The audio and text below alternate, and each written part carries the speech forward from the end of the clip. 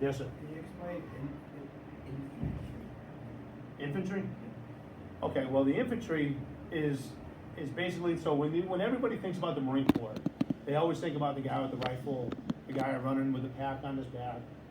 That is essentially the infantry. The infantry are the ones that are going to be placed into like the front lines of a fight if it happens. They're going to take over, take back a country if they want to. It's going to be them. But the way it works in the Marine Corps, the infantry is just a small part. So think of it as a bicycle. So you have the hub of the bicycle. The hub is the infantry of the Marine Corps.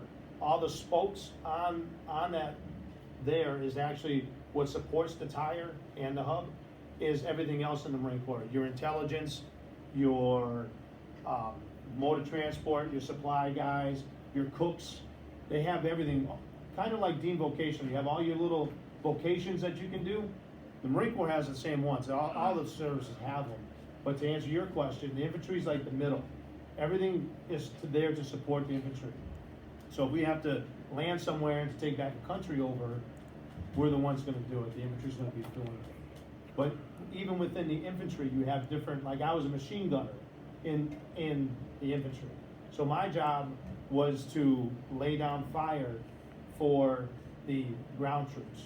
So basically, if the enemy is over in the corner, I'm shooting so they can move, and they move under the bullets and try to take over, get closer and closer until they take it over. So that's how the infantry works in the Marine Corps. Yes, ma'am. Did you ever have to make your like an outdoor shelter? Oh yeah, live in them all the time. We made a lot of outdoor shelters. They call it shelter house actually. They're a little bit different now. Back when I was in, you'd always have to have a buddy. Everywhere you went, you had like your shelter house buddy. You would have half of the tent, and they'd have half the tent. So without your buddy, you don't have any tent. And basically you would set up depending where you're going. So say the other Marines that were coming across here, Saudi Arabia to go into Kuwait, they would have their packs on, and they would have everything they need in that pack. They would have extra clothes, socks, shelter half, whatever, and you'd only go so far. And then once you got to that point, you'd actually set up your tents in formation even. There'd be in formation, so you knew exactly, and the reason why they do it all the time is to know exactly how many guys are here. So each tent you counted was 2 guys in there. So again, that's how, yes, but I did. So in the Philippines, we did it. If you do any training that you do, that's where you sleep. There's no, out in the jungle, there's no like hotel out there to say, okay, I'm gonna quit for the day, I'm gonna go to the hotel and come back the next day. You just break out your little tent and you have at it. Yes, ma'am. Did you ever have to make your own food? Yes and no. You guys still do MREs? Once in a while. So an MRE is what they call a meal ready to eat. If you ever see one, if you ever go to like an Army Navy store or some other ones, it's I don't know if it's still in the brown pouch. Back then it was in the brown pouch. While I was in Puerto Rico for Maria, So you got they MREs. gave a lot of those. Yes. So a meal ready to eat is basically in that entire meal. It's so many, like the body needs so many calories a day in order to function. So and to answer your question about did I have to make it, everything's in pouches and you have to kind of mix it up and heat it up and turn it. So you don't really, I'm not taking grass and sand and making a meal out of it, but the meals come in a little pouch. So I would make it that way. So you kind of made it for yourself. There's only 2 young Marines in this room, and I can't believe the other one of them asked the question. They had one, well, actually there was a third. You in it anymore? Oh, there's a Sorry? third? Oh, there's 3. Caleb Green. You can ask the question, right? The other 2 are. No, because I started with some of them as a drill instructor, so I had to part ways with Anthony. So, What's a machine gunner? So you lay down like suppressive fire, so your infantry. there you go, exactly. Suppressive fire is the name of the game when it comes to any kind of war that you're in. You want to have fire superiority, in which, again, the United States and everybody else, you had all these countries saying, this is no good. You can't just take a country just because you want to. And again, it was one of the first times that everybody like that, again, Japan, you remember back in your wars, we fought Japan at one point. The Soviet Union, back in the 80s, they were like, the Cold War they talked about. They talked about, well, the Russians are gonna attack and all this other stuff. So again, but because of this war, everybody came together to play on the same team. Didn't matter what country you came from. Everybody pretty much said, nah, that's no good, no bueno. So we're gonna stop Saddam Hussein. Any other questions? Did you arrest the guy you just talked I'm sorry? about? Did you arrest the guy you just Saddam Hussein? talked about? It's funny you say that. So yes and no. So Saddam Hussein, we took back the country. So we gave it back to Kuwait. Saddam Hussein, he was like, he was told, you have to do this, this, this, and this. So we gave him exact orders to do. The United States did. They said, okay, if you do this, this, and this, we'll leave you alone. You have your country, that was your country, you're in charge of it. We're gonna leave you in charge of it. If you don't, we're gonna take you out of there. So what ended up happening, so to answer your question, is like, yes, he got arrested per se, he got let out on probation, to say it an easier way. So he got arrested, we say, okay, boom, you're on probation now. You gotta stay in your country and only your country. Don't come out of your country. Don't try to take over any other countries. And you also have to allow the United States to go in and look to see if you have any nuclear weapons or any bad, because again, what Saddam Hussein did, some of his weapons that he fired were chemical agents, so again, people were walking across the desert and they were getting sick because all the chemicals were in the dirt, and as they were walking, they're getting sick. So we want to make sure he didn't have any more of those weapons in his arsenal. So, yes. Did you have to wear a bulletproof vest? Yeah, of course it did. No, we don't actually. We had a Kevlar vest, but it really wasn't bulletproof. It was made to like catch shrapnel or something blew up. It's not as good as a bulletproof vest, but we had like a little bit of vest. Wouldn't stop a bullet though. What's that? Bulletproof vest isn't bulletproof. Well, it is depending on what it's made of, the distance and the caliber of round that hits it. So if I'm wearing I have a bulletproof vest for work, when I go out from the jail and do other things, I have one. And it's made to stop up to a certain round, a certain bullet. So again, a little 22 looks like a little BB gun. That's, a lot of things will stop that. A big puffy coat will stop that. But as you get higher and higher in the different weapons, it'll go through all that stuff. So bulletproof and not so bulletproof. But you try not to get shot. That's the key to the game. Don't get shot. Don't stare at me like that. Yes, ma'am. Are you a cop? Yes and no.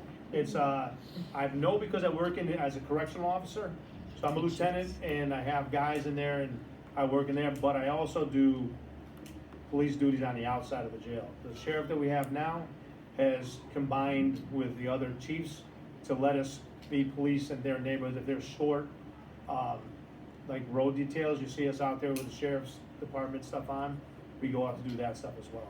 We do, some of the guys from the sheriff's department serve warrants, they do evictions and stuff like that. So I'm not, but somehow I go do road details. That's as far as I want to be a police officer. I like being a correctional officer. Any other questions? Do you travel a lot? Now or then in the Marine Corps? No. Now I travel a lot now, only on vacations. I go down and I go on a lot of vacations. Go on a cruise in May, as a matter of fact, out of Puerto Rico. I'm gonna go to Puerto Rico for like 3 days and then go and float around the water again. Yeah, buddy. During the war, did you ever injure anybody? Didn't have to.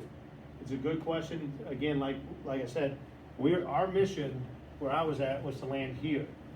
They injured themselves because they didn't have any what I call beans, bullets, or Band-Aids, and nothing to help themselves to do anything. A lot of them were playing soccer, to be quite honest with you. They twisted their ankles just like you play soccer and you twist an ankle, twist a knee. Most of their injuries were because of that. It wasn't because they got shot. Again, we didn't fire a single shot, and we captured 1,400 of them, and they all just gave up because they saw what was coming and they said, I'm not going to play the game anymore, and they just gave up. Questions? Any other questions? What was boot camp like? What was boot camp like? Boot camp was interesting. Again, grew up in Holyoke, so I was like, okay, well, you know, I thought I was a tough guy. I thought I was like, you know, I'm good. I played football. I'm like, I can do this. You get down there, and you go down on the East Coast. It's in Parris Island, so it's in South Carolina, and it's in the middle of a swamp. Everything around Parris Island is a swamp, and there's a bridge that leads you onto this thing. So when you leave here, so we went down to Bradley Airport, flew down to Georgia. In Georgia, you got on buses, and by the time you get there, it was dark. You didn't see anything. But you go across this bridge, and then as soon as they open up the doors, the drone starts to come flying in, start yelling at you. But again, what happened after that wasn't as bad, because the way they do it, they got to feed you 3 times a day in boot camp: breakfast, lunch, and dinner. So they can only school you or educate you by doing physical training and doing push-ups and that stuff only on occasion.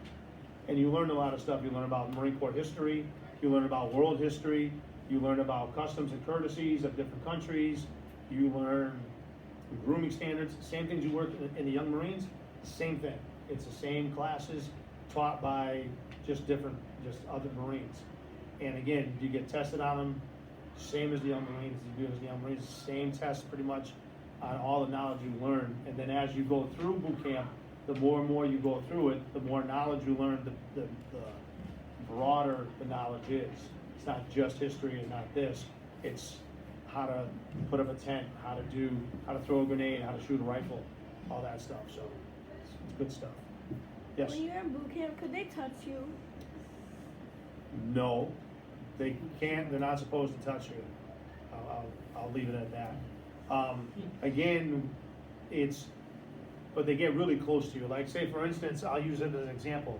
They can go just like this, and my hand isn't in his face. I didn't touch him yet, but I have certainly gotten in his personal space. So again, I'm sure you learned that in school about personal space, and so again, in boot camp, they don't necessarily have to touch you because they're in that space, and you feel uncomfortable because they're in that space as it is. So I know in some of the movies you can see, like older movies, they show them hitting them they don't do that anymore. They don't do that in any of the branch service anymore. Because again, it doesn't work. I can't beat you into being a Marine or a soldier or whatever. You have to want to be a Marine, a soldier, whatever. So, that answer your question? Yeah. Was there any other job that you wanted to do before? Yeah, I wanted to be a teacher, actually, to be quite honest with you. When I got out of the Marine Corps, I wanted to be a teacher. But because I didn't go to college, I went in the Marine Corps and I did 11 and a half years. And by the time I got out, I had a wife, I had 2 kids, I had to get a job. So there was no time for me at that point to say, I'm just gonna go to school full time. I guess I could have went full time and worked full time, but I always wanted to be a teacher.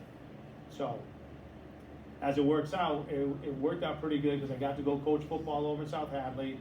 I got to do the Young Marine program. I taught at our academy to be a correctional officer. I was a teacher there as well. So I got to teach, so I guess I kind of got to do my teaching, but I always wanted to be a teacher, to be quite honest with you. Any other questions?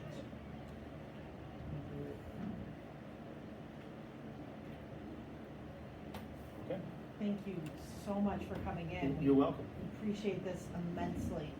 Guys, can you all say thank you? This is Thank you. You're welcome. Thank you.